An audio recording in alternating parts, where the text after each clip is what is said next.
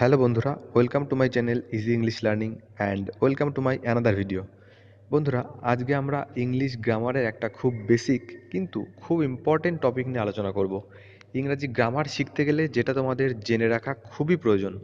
তাহলে চলো বন্ধুরা, আমরা জেনে নিই আজকের টপিকটা কী। তো আমাদের আজকের টপিক কাইন্ডস অফ সেন্টেন্স বা সেন্টেন্সের প্রকারভেদ। ইংরাজিতে সেন্টেন্স বা বাক্য প্রকারের সেটা আজকে আমরা জানব। তবে বন্ধুরা, আমি তোমাদেরকে বলবো তোমরা ভিডিওটা অবশ্যই পুরোটা দেখবে, কারণ এই ভিডিওতে কিছু ইম্পর্টেন্ট টিপস আছে যেগুলো জানলে তোমরা কোনো বাক্য দেখেই বুঝতে পেরে যাবে সেটা কি বাক্য, কোন ধরনের বাক্য। তাহলে বন্ধুরা চলো শুরু করা যাক। ইংরাজিতে সেন্টেন্স বা বাক্য সাধারণত 5 প্রকারের, আর সেগুলো হলো অ্যাসার্টিভ, ইন্টারোগেটিভ, ইম্পারেটিভ, অপটেটিভ এবং এক্সক্লামেটরি। এখন আমরা এই 5টা বাক্য সম্পর্কে ডিটেলসে জেনে নেব। প্রথমে আসছে অ্যাসার্টিভ সেন্টেন্স বা সাধারণ বাক্য। এই সেন্টেন্স দ্বারা যে কোনো প্রকারের সাধারণ উক্তি বা সাধারণ বক্তব্য বোঝায়। যেমন, আই রিড ইন ক্লাস 10, আমি দশম শ্রেণীতে পড়ি। We go to school every day, আমরা প্রতিদিন বিদ্যালয়ে যাই। এই সবগুলো বাক্য দিয়েই কিছু সাধারণ উক্তি বা সাধারণ কিছু বোঝাচ্ছে, তাই আমরা এগুলোকে অ্যাসার্টিভ সেন্টেন্স বলবো। অ্যাসার্টিভ সেন্টেন্সের স্ট্রাকচার বা গঠন সাধারণত কী ধরনের হয় সেটা একটু তোমরা দেখে নাও। প্রথমে সাবজেক্ট ব্যবহার করা হয়, যেমন প্রথম বাক্যটার দিকে খেয়াল করো, আই রিড ইন ক্লাস 10।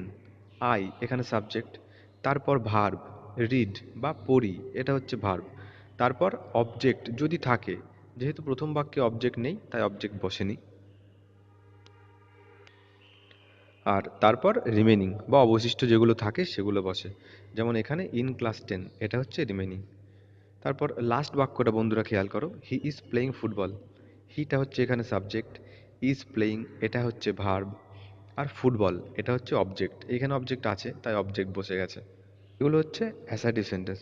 বন্ধুরা, তোমরা সবগুলো সেন্টেন্সের স্ট্রাকচার বা গঠনটা খুব ভালো করে লক্ষ্য করবে, কারণ এইটা দেখলেই তোমরা বুঝতে পারবে কোনটা কোন সেন্টেন্স। নাম্বার 2 আসছে ইন্টারোগেটিভ বা প্রশ্নবোধক বাক্য। এই বাক্য দ্বারা যে কোনো প্রকারের প্রশ্নবোধক উক্তি বা প্রশ্নবোধক বক্তব্য বোঝায়। যেমন, হোয়াট আর ইউ ডুইং, তুমি কি করছো। ডাজ হি লিভ হিয়ার, সে কি এখানে বাস করে। এই বাক্যগুলো সবই কোনো না কোনো প্রশ্ন বোঝাচ্ছে, তাই এটা হচ্ছে ইন্টারোগেটিভ সেন্টেন্স। এই ইন্টারোগেটিভ সেন্টেন্সের স্ট্রাকচার বা গঠনটা কী ধরনের হয় দেখে নাও। প্রথমে যদি কোনো WH ওয়ার্ড থাকে তাহলে সেগুলো বসে যায়, যেমন প্রথম বাক্যটাতে হোয়াট বসেছে। তারপর অক্সিলারি ভার্ব যদি থাকে অক্সিলারি ভার্ব বসে, যেমন সবগুলো বাক্যেই অক্সিলারি ভার্ব বসেছে। যেমন হোয়াটের পরে আর, তারপর সেকেন্ড বাক্যে ডাজ, থার্ড বাক্যে ডিড, এগুলো অক্সিলারি ভার্ব, এটা বসে যাবে। তারপর সাবজেক্ট, তারপর মূল ভার্ব, এবং তারপর যদি অবজেক্ট থাকে অবজেক্ট বসবে, আর সবার শেষে রিমেনিং বাদ বাকি অংশগুলো বসে যাবে।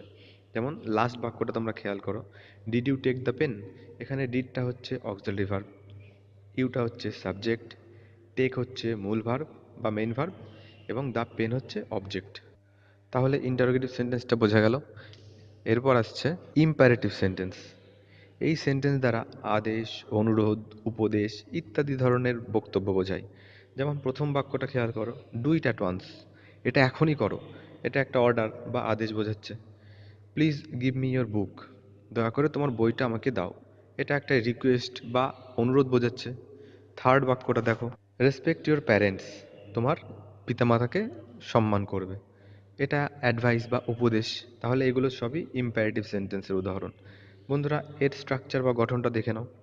এখানে প্রথমে একটা সাবজেক্ট বা কর্তা বসে, সেটা সবসময় ইউ হয়, কিন্তু সেটা বাক্যে বসানো হয় না, সেটা উহ্য থাকে।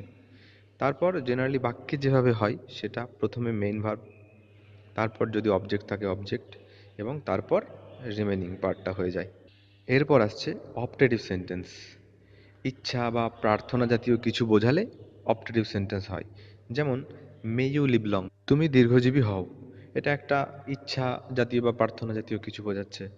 Wish you happy journey together, তোমাদের একটা সুন্দর ভ্রমণ বা সুন্দর জার্নি হোক। থার্ড বাক্যটা দেখো, may you always be happy, তুমি সবসময় সুখী থাকো, এটা একটা ইচ্ছা জাতীয় কিছু বোঝাচ্ছে। এগুলো হচ্ছে অপটেটিভ সেন্টেন্স।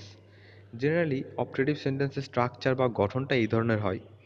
প্রথমে মে বা উইশ, এটা হচ্ছে অপটেটিভ সেন্টেন্সের একটা সাইন বা চিহ্ন বলতে পারো, এটা বসে যায় প্রথমে। তারপর জেনারেলি অ্যাসার্টিভ সেন্টেন্সের মতোই স্ট্রাকচার হয়। লাস্ট বাক্যটা হচ্ছে এক্সক্ল্যামেটরি সেন্টেন্স। আনন্দ, দুঃখ, ঘৃণা, বিস্ময়, অবাক হওয়া ইত্যাদি এই প্রকার জাতীয় কিছু বোঝালে এক্সক্ল্যামেটরি সেন্টেন্স হয়। যেমন how beautiful the flower is, ফুলটা কি সুন্দর। হোয়াট এ বোরিং ডে, কি একটা বাজে দিন। এই যে এই জাতীয় বাক্যগুলো এগুলো সবই এক্সক্ল্যামেটরি সেন্টেন্স হয়। এক্সক্ল্যামেটরি সেন্টেন্সের গঠনটা কী ধরনের হয় বন্ধুরা দেখো। সেন্টেন্সের প্রকার অনুযায়ী মানে সেন্টেন্সটা কী ধরনের, আনন্দ বা দুঃখ বা ঘৃণা বা বিস্ময় কোন ধরনের সেন্টেন্স, সেই অনুযায়ী প্রথমে একটা ওয়ার্ড ইউজ করা হয়। প্রথম বাক্যটা খেয়াল করো, how beautiful the flower is, ফুলটা কত সুন্দর। এই যে ফুলটার সৌন্দর্য বোঝানোর জন্য এই হাউ ওয়ার্ডটা ইউজ করা হয়েছে, যে ফুলটা অনেক সুন্দর। এরপর জেনারেলি অ্যাসার্টিভ সেন্টেন্সের মতো হয়ে যায়, subject plus verb plus object. আবার কখনো কখনো এই সেন্টেন্সে ভার্বটা ইউজ করা হয় না। যেমন সেকেন্ডেরটা লক্ষ্য করো, হোয়াট এ বোরিং ডে। হোয়াটটা বসে গেছে সেন্টেন্সের প্রকার অনুযায়ী, কিন্তু তারপর এ বোরিং ডে এটা বসেছে, তারপরে ইস ভার্বটা বসানো উচিত ছিল কিন্তু এখানে বসানো হয়নি। বন্ধুরা তোমরা যত বেশি প্র্যাকটিস করবে তত ভালো তোমাদের নলেজ বা তোমাদের এই বিষয়ে জ্ঞানটা বাড়বে। আমরা এই 5টা সেন্টেন্স সম্পর্কে এবার একটা ছোট্ট টিপস শিখব, যেটা থেকে আমাদের কোনটা কোন বাক্য সেটা বুঝতে খুবই সুবিধা হবে। তোমরা এটা খেয়াল করবে যে অ্যাসার্টিভ সেন্টেন্স এবং ইম্পারেটিভ সেন্টেন্সের শেষে সবসময় ফুল স্টপ থাকে। আবার ইন্টারোগেটিভ সেন্টেন্সের শেষে সবসময় জিজ্ঞাসা চিহ্ন বা প্রশ্নবোধক চিহ্নটা বসে। আর অপটেটিভ এবং এক্সক্ল্যামেটরি এই দুটো সেন্টেন্সের শেষে বা কখনো কখনো মাঝেও এক্সক্ল্যামেশন চিহ্ন বা বিস্ময়বোধক চিহ্নটা বসাতে হয়। আমরা সেন্টেন্সের শেষে এই চিহ্নগুলো দেখেও কোনটা কোন ধরনের বাক্য সেটা খুব তাড়াতাড়ি বুঝে ফেলতে পারবো। বন্ধুরা এই ছিল আমাদের সেন্টেন্স বা বাক্য নিয়ে একটা ছোট্ট ভিডিও। ভিডিওটি দেখার জন্য থ্যাঙ্কস। আবার দেখা হচ্ছে পরের ভিডিও।